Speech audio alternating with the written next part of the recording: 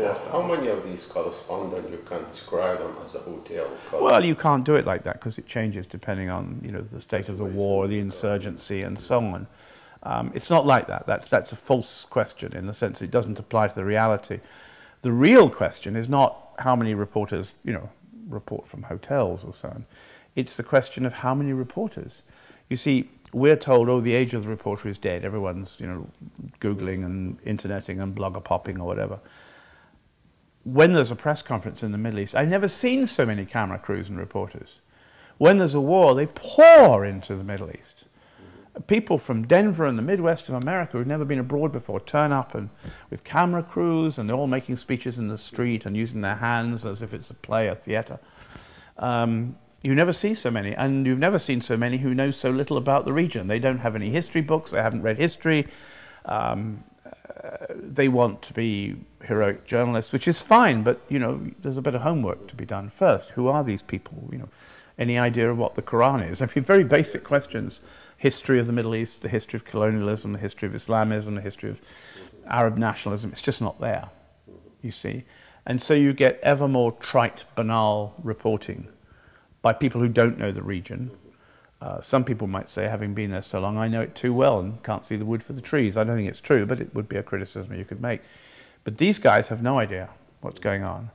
And they interview people because they speak English, not because they know a lot. Of course, it's not the same thing.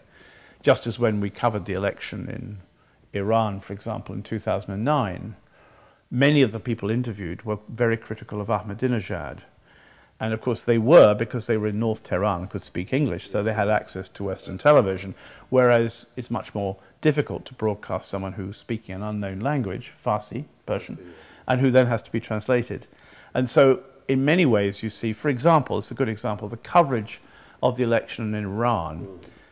I think Ahmadinejad may have won the election, but I think the figures were fraudulently tipped more in his favor than he got. But I think he may have won. But the point was that, of course, the emphasis was that all these English-speaking Iranians who were anti-Ahmadinejad, obviously he had lost. Once you got outside Tehran, into the suburbs or southern Tehran, which is poor, once you got outside into other towns, the balance was much more for Ahmadinejad than for the opposition. So as I say, I think Ahmadinejad may have won, but not by the figures that they claimed. But that was another example, you see, of what happens when reporters come in. You can't expect reporters to speak all the foreign languages. I can't speak Persian. I can read it because of Arabic, but I can't understand it. And when I go to Afghanistan or Pakistan, I can't speak Pashto, so the same problem occurs.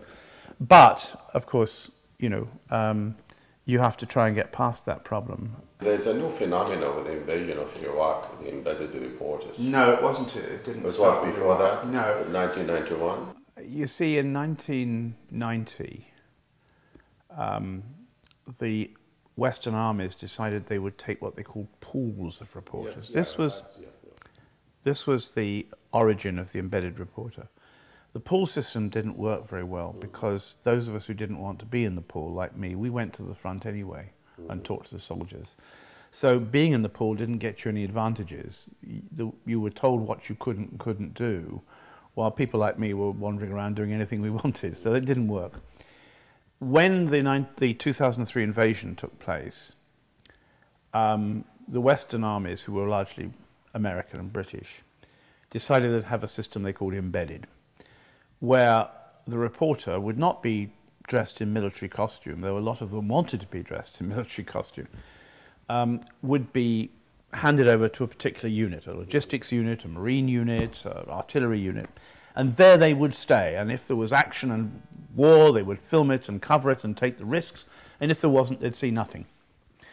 And I have always stayed away from this because I do not want people to tell me what I can and cannot do, especially in a part of the world where I probably know more about that part of the world than the people who are telling you what to do. But I don't think, I mean, the mere fact that it's called embedded tells you a lot about the system. The mere fact that journalists call it embedded is amazing.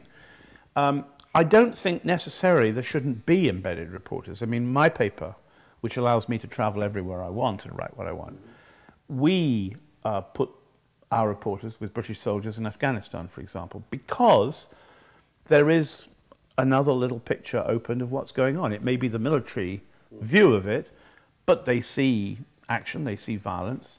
When I'm in Kandahar, I see it, but not with soldiers. And I sometimes catch sight of the Taliban, of course.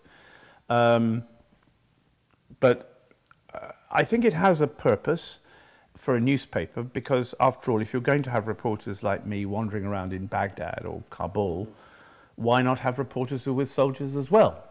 But what I object to is those news organizations that only put their reporters with the military, and that's it. Because then you do get only one side, which of course is a Western, patriotic, beating of the drum, we're responsible, we're the good guys, etc., etc., etc. And these foreign adventures that we go in for, we Westerners these days, they're not clear-cut black and white issues. In many ways, they're sort of ghosts of the old colonial imperial wars of the past. So my reaction to embedding is, it's a terrible system, but we should probably participate in it, as long as we're also freely moving around the region, the battlefield, the area, and talking to everybody, including the enemies of the country which perhaps we are citizens of.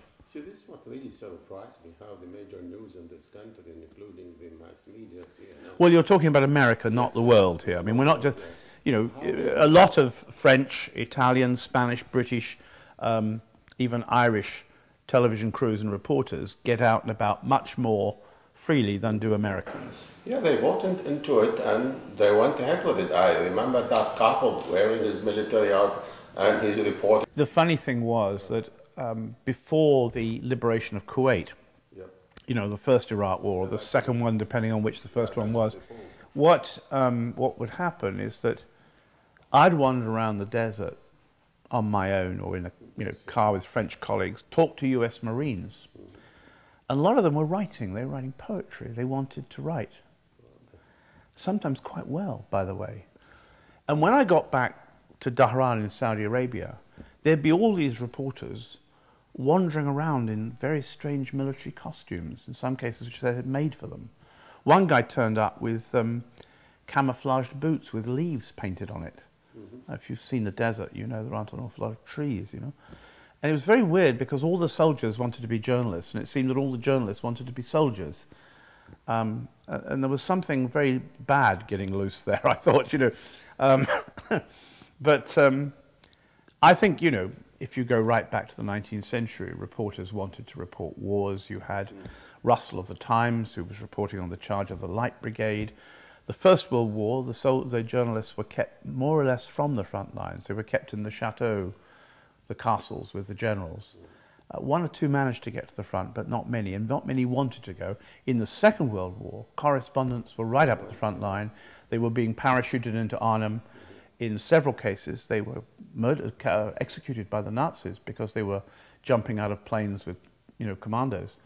That happened to the AP's correspondent in the Balkans. He was executed by the SS along with a lot of American commandos. So World War II was very different from the other wars.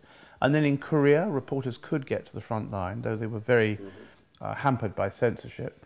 Vietnam, they were much more free to move around. It's gone up and down, you know.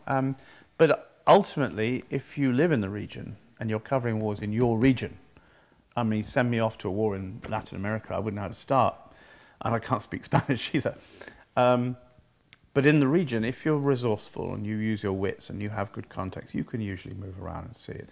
It's not like in a comic or a movie where you can go where you like. That's fiction. But you can see a lot. You can see a lot.